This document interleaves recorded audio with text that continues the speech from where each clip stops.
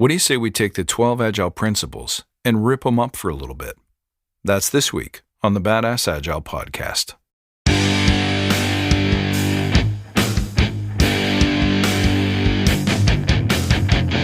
Greetings, team. Welcome to the Badass Agile podcast. I'm your host, Chris Williams.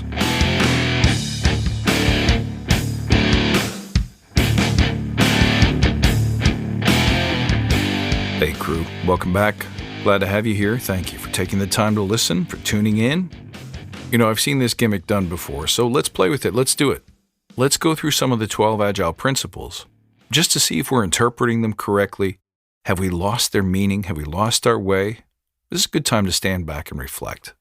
And this week we'll talk about principle number 1. But before we do that, let's take a moment to remember why we're here. To create an elite tribe of leaders who truly serve their clients and communities by doing what matters and what works, relentlessly chasing value and excellence like a badass. There's so many resources out there about what you need to do to be agile, but we're focused on who you need to become in order to lead teams.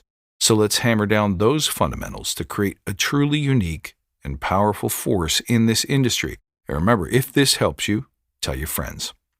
All right, so when I say agile principles, one of the things that happens is people automatically flock back to the manifesto. The 4 statements in the manifesto are not the principles, but rather a summation of the principles in a way that's easy to understand, particularly in a way that emphasizes our priorities in terms of the values that we hold dear. But actually going back and reading the 12 principles is really illuminating. And I think this is a great time to just look back and say, are we still honoring those, or have we lost our way?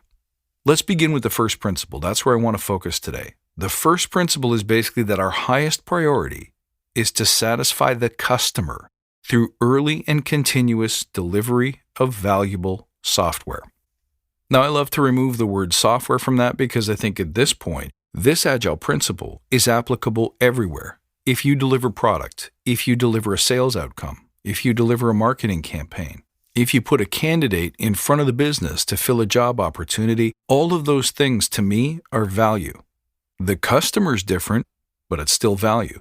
But really the most important part of this sentence is the front part, that number 1, our highest priority, which means above all other things, we place the highest value on satisfying the customer, so making them happy, which to me means giving them what they want, or at least giving them more of what they want and less of what they don't. So our highest priority is to satisfy the customer through early and continuous delivery of valuable X. Software being the primary one for most Agile and Scrum discussions, but really if we think about it, as I mentioned, the value could be anywhere. Now there's a lot of disagreement on who the customer is and who the customer isn't. To my mind, it's anyone who's paying you to receive value. It could be stakeholders. It could be the end customer, the actual person buying your company's products or services. But it also could be the people of the company. Outcomes are outcomes, and different outcomes have different buyers, different recipients. Okay, so we get it. The key points are, number 1, highest priority. Number 2, delivering or making the customer happy. Through, number 3, early and continuous delivery of value. So let me ask you, do we do this? I think we don't, which is why I think principle number 1 is possibly one of the biggest problems we encounter with agility, because the key word here is priority, which means value delivery comes first. But when you watch teams at work, I think you'll agree that what you see is that their priorities are elsewhere. The priorities tend to hover around metrics, delivering on those metrics, safety, certainty, planning, budgeting, speed, or something other than the end customer. See, to me, highest priority means that you can, of course, commit time and energy to all the other stuff. I'm not saying that you shouldn't focus on metrics, you shouldn't focus on budgets. I understand that for a company to run, you have to be in charge of those things. So yeah, you got to commit time and energy to some of that stuff, but they're not supposed to take as much time and energy as customer value. So ask yourself this question. Are we consistently putting our best time and energy to making things that customers want and will pay for versus things that we have in inventory that we want to sell them, or doing the things that we think are important to us. There's a theme there. If you want to nail customer value, if you want to get this right, you have to focus on what the customer wants, not what you want. When we spend time on metrics, when we spend time on certainty, permission, approval, consensus, those are the things that we need to make us feel better. But they're not what your customer is asking you to deliver. And remember, customer could be the paying customer at the end of the chain. It could be your people. It could be your stakeholders. But someone somewhere is counting on you to deliver the value that they want.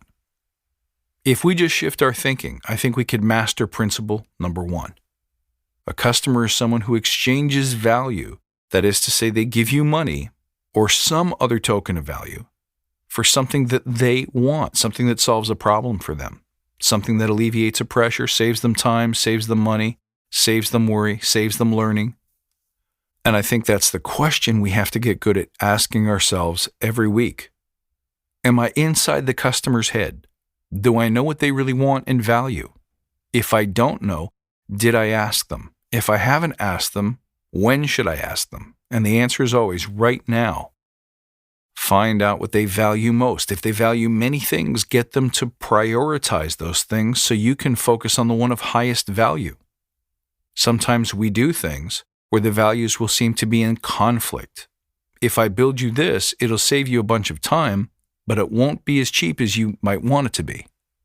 Your customer will let you know which one's more important. Is the cost savings more important or the time savings more important? There will be times when they can't have both, but they definitely know, if you take the time to ask them, which one they value most. So let's get that into our heads. Success is measured by our ability to delight the customer on their terms. Stakeholder, people, or end customer doesn't matter. You need to know for certain what they value. You need to know the priorities of those values. And you need to consistently ask yourself the question, is what I'm doing today or about to do delivering in service of what my customer has told me they want the most? Now, the other part that's interesting about this first principle is early and continuous delivery of valuable software or valuable things. So given that we can replace the word software with just about any other word, it's the early part and the continuous part that also matters. Too often in Scrum, we permit ourselves to have a month-long sprint or a 2-month-long sprint or a 3-month-long sprint, or to bundle value into quarterly releases. And I think when we do that, we're deferring and therefore sometimes ignoring value. Now, I get that inside some organizations, you can't just release the production every 2 weeks, or could you? See, sometimes we fail to challenge convention. We fail to work on the problem of how stiff and complex are our systems and mechanisms that we can't get things out the door on a frequent cadence. But no matter how you look at it, let's remember that the benefit of Agile is to get things into customers' hands quicker. It's not enough to deliver value. You have to deliver that value soon enough to satisfy what I think you and I can agree is a very fickle and competitive marketplace. If the thing that you're going to build, the value that you're going to offer, can't get into the customer's hands for 6 months, you're dead. Someone else will do it faster. Someone else will do it better. Somebody else will find a way. And here's something so important that I need you guys to remember. The beauty of the solution doesn't matter. The perfection of the solution doesn't matter. There is story after story in the marketplace of solutions that have come to bear, that have been first of class, that didn't have all the features, didn't have the pause button, didn't have Bluetooth implemented, didn't have the ability to customize, change colors, or change skins, but they delivered on some kind of technical advance or satisfying a need.